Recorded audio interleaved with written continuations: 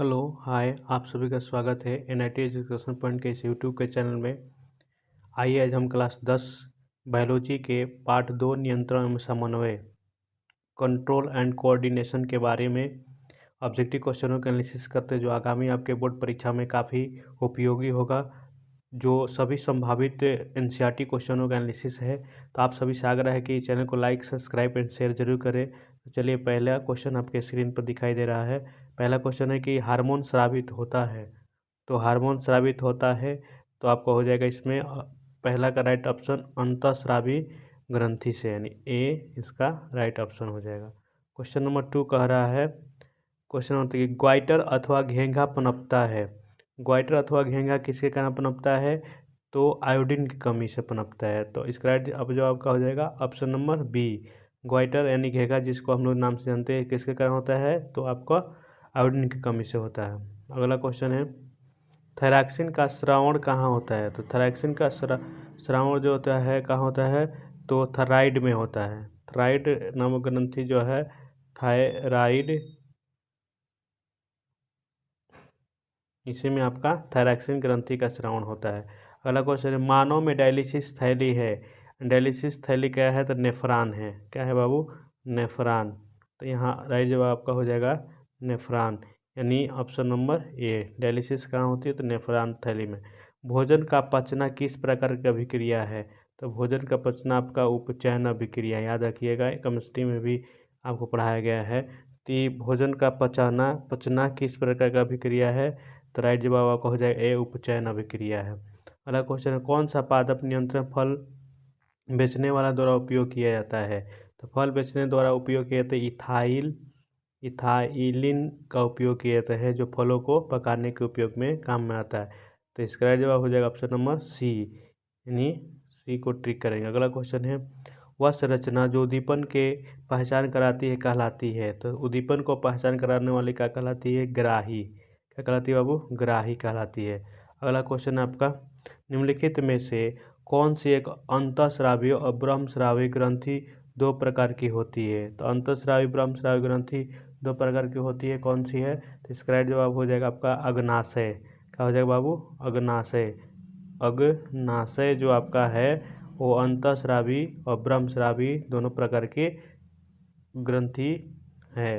अगला क्वेश्चन है 9 नंबर, कौन सी अंतःस्रावी ग्रंथि वृक्क के दोनों ओर ऊपर स्थित होती है?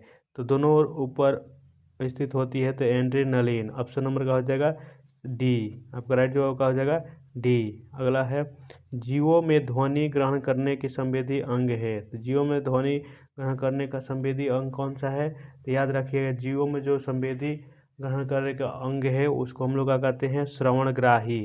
श्रवणग्राही।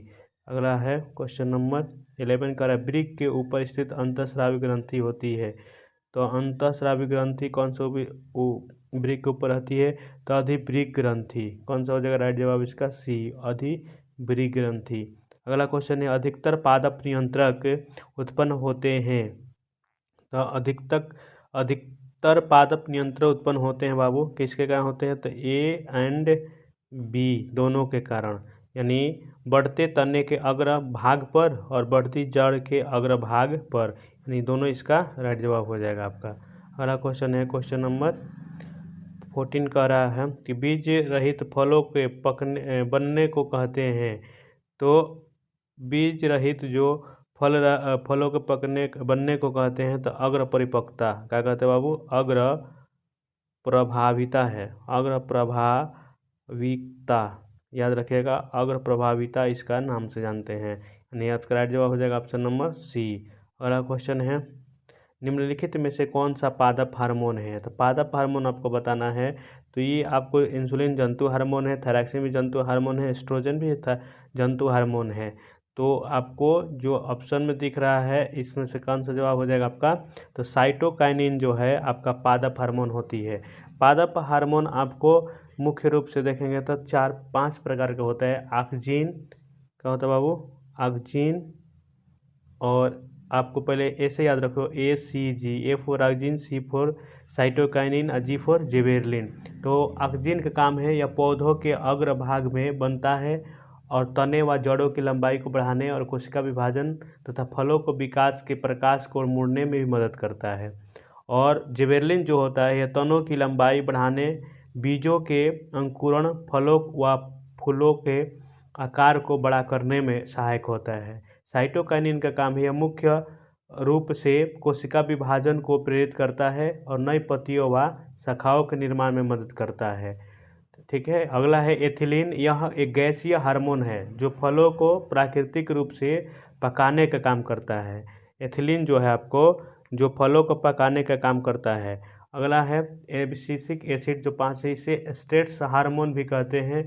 यह पौधों की वृद्धि को रोकता है, पत्तियों को झड़ने में मदद करता है, जिसके कारण पीलापन होकर पत्तियाँ क्या होती है, झड़ जाती है।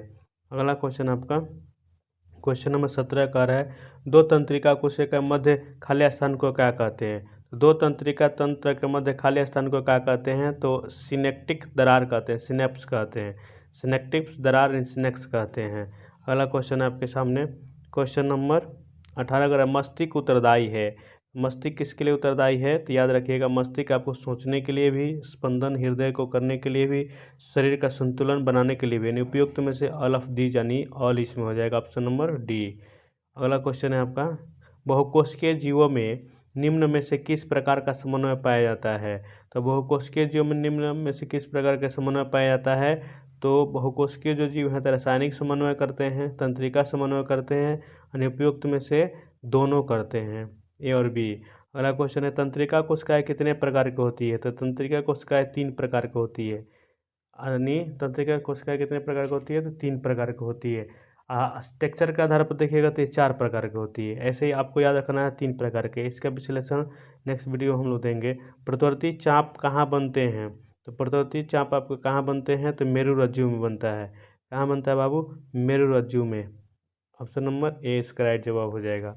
अगला क्वेश्चन है शरीर की प्रधान नियंत्रक ग्रंथि किसे कहा जाता है। तो मास्टर ग्रंथि यानी उसके नाम से जानते हैं, पीयूष ग्रंथि को मास्टर ग्रंथि के नाम से हम लोग जानते हैं, जिसको हम लोग नाम है पीयूष ग्रंथि। क्या नाम है बाबू, पीयूष ग्रंथि को हम लोग किसके, पीयूष है, पीयूष ग्रंथि को हम लोग किसके रूप में जानते हैं, पीयूष ग्लैंड को यानी मास्टर ग्रंथि के रूप में जानते हैं, जो प्रधान नियंत्रक का कार्य करती है। अगला क्वेश्चन आपका अंतःस्रावी ग्रंथि होती है। तो अंतःस्रावी ग्रंथि क्या होती है, नलिका वाहिनी, नलिका युक्त दोनों, इनमें से कोई नहीं। तो इसका राइट जवाब आपका क्या हो जाएगा, आपका हो जाएगा नलिक वाहिनी जो है आपका राइट जवाब का हो जाएगा ए, ऑप्शन नंबर ए। अगला क्वेश्चन आपका क्वेश्चन नंबर 25 का थायराइड ग्रंथि की अल्पक्रियता के कारण कौन सा रोग होता है। तो थायराइड जो ग्रंथि के कारण कौन सा रोग है बाबू, तो इसमें ये सभी होता है, टू वामनता और टू अल्पक्रियता, मैक्सीडीमा, ये आपको तीनों रोग आपको किसी थायराइड ग्रंथि का अल्पक्रियता के कारण होता है।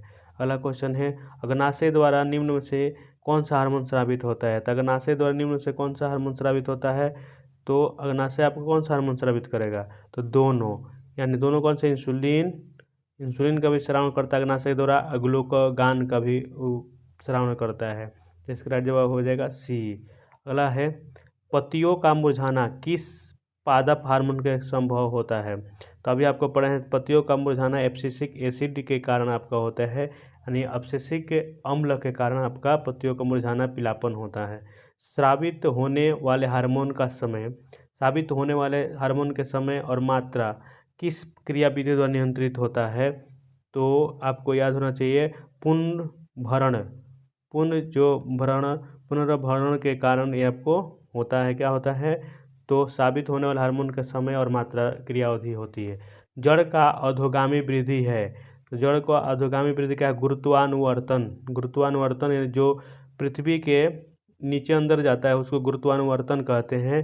राइट जवाब हो जाएगा आपका ऑप्शन नंबर बी।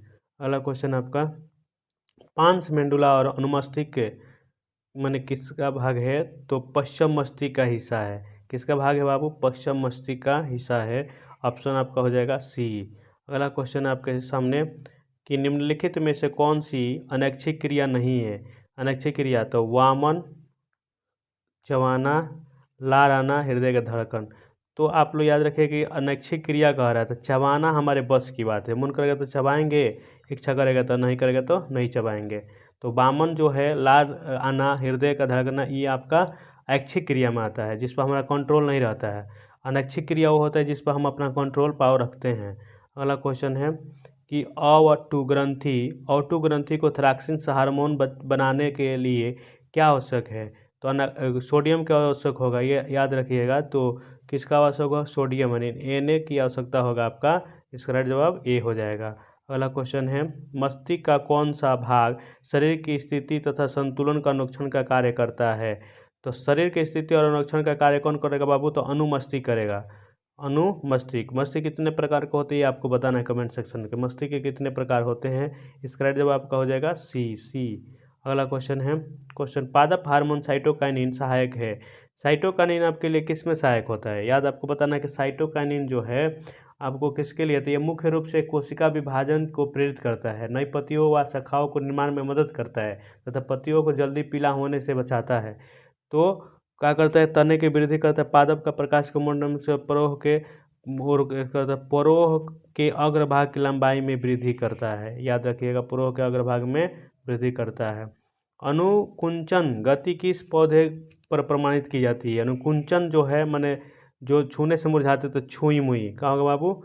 छुई मुई के पत्तियों को छूने पर क्या हो जाती है? मुरझा जाती है, छुई मुई।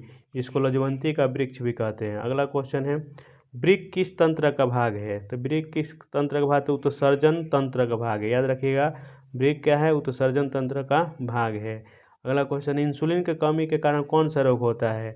तो इंसुलिन की कमी से कौन सा रोग है बाबू? मधुमेह, डायबिटीज के आपको होता है मधुमेह। अगर खोपड़ी के अग्र सिरे पर स्थित न्यूरॉन को शरीर के विभिन्न भागों से प्राप्त होता है, तो किससे प्राप्त होता है बाबू? तो संकेत प्राप्त होता है।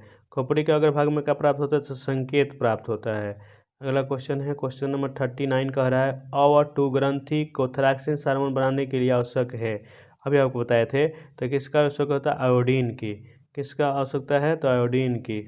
अगला क्वेश्चन है, लीडिंग कोशिका कहाँ मिलती है? तो लीडिंग कोशिका कहाँ मिलती है? तो वृषण में मिलती है। कहाँ मिलेगा बाबू? वृषण में लीडिंग कोशिका का निर्माण होती है। ऑप्शन नंबर ए आपका राइट हो जाएगा। अगला क्वेश्चन है, ऑक्सिन पादप हार्मोन पौधे के किस क्रिया में सहायक करता है? तो ऑक्सिन पौधे के किस भाग में? वृद्धि में। किस में सहायक करता है? तो वृद्धि में। ऑक्सिन किस में करता है? AUXIN ऑक्सिन आपको किस में करता है? तो वृद्धि में। यह पौधों के अग्रभाग में बनता है तथा तने व जड़ों की लंबाई बढ़ाने, कोशिका विभाजन, फलों का विकास तथा प्रकाश की ओर मुड़ने की मदद करता है। अगला क्वेश्चन है, तंत्रिका तंत्र का भाग है। तंत्रिका तंत्र का भाग ये सभी क्यों? मस्तिष्क भी होता है तंत्रिका तंत्र का भाग, रीढ़ भी होता है, रज्जु भी होता है, यानी ऑल ऑफ दीज। अगला है, एस्ट्रोजन, प्रोजेस्टेरॉन एवं रिलैक्सिन हार्मोन स्रावित होता है। तो ये तो आपको अंडाशय में स्रावित होता है, जो महिलाओं में पाए जाने वाला हार्मोन है। इससे आप याद रखें, तो फीमेल में पाए जाने वाला कौन सा हार्मोन है? तो याद रखें यहाँ से एस्ट्रोजन, प्रोजेस्टेरॉन और रिलैक्सिन जो हार्मोन है, ये महिलाओं में पाए जाने वाला हार्मोन है, जो अंडाशय से स्रावित होता है। अगला क्वेश्चन, इनमें कौन सा मादा जनन हार्मोन है? बताइए आप लोग कमेंट सेक्शन में, कौन सा मादा जनन हार्मोन है? तो इनमें से सभी, मादा में यानी मेल में कि फीमेल में? तो फीमेल में आपका कौन सा हार्मोन है? तो प्रोजेस्टेरॉन, एस्ट्रोजन, एस्ट्रेडियाल, यानी ये ऑल ऑफ दीज होगा। याद रखिए, बहुत इंपॉर्टेंट क्वेश्चन है ये। अगला क्वेश्चन है, कुछ जानवर जुगाली करते हैं, यानी स्वास्थ्य के लिए, भोजन पचाने के लिए, दूध बनाने के लिए, इनमें से कोई नहीं।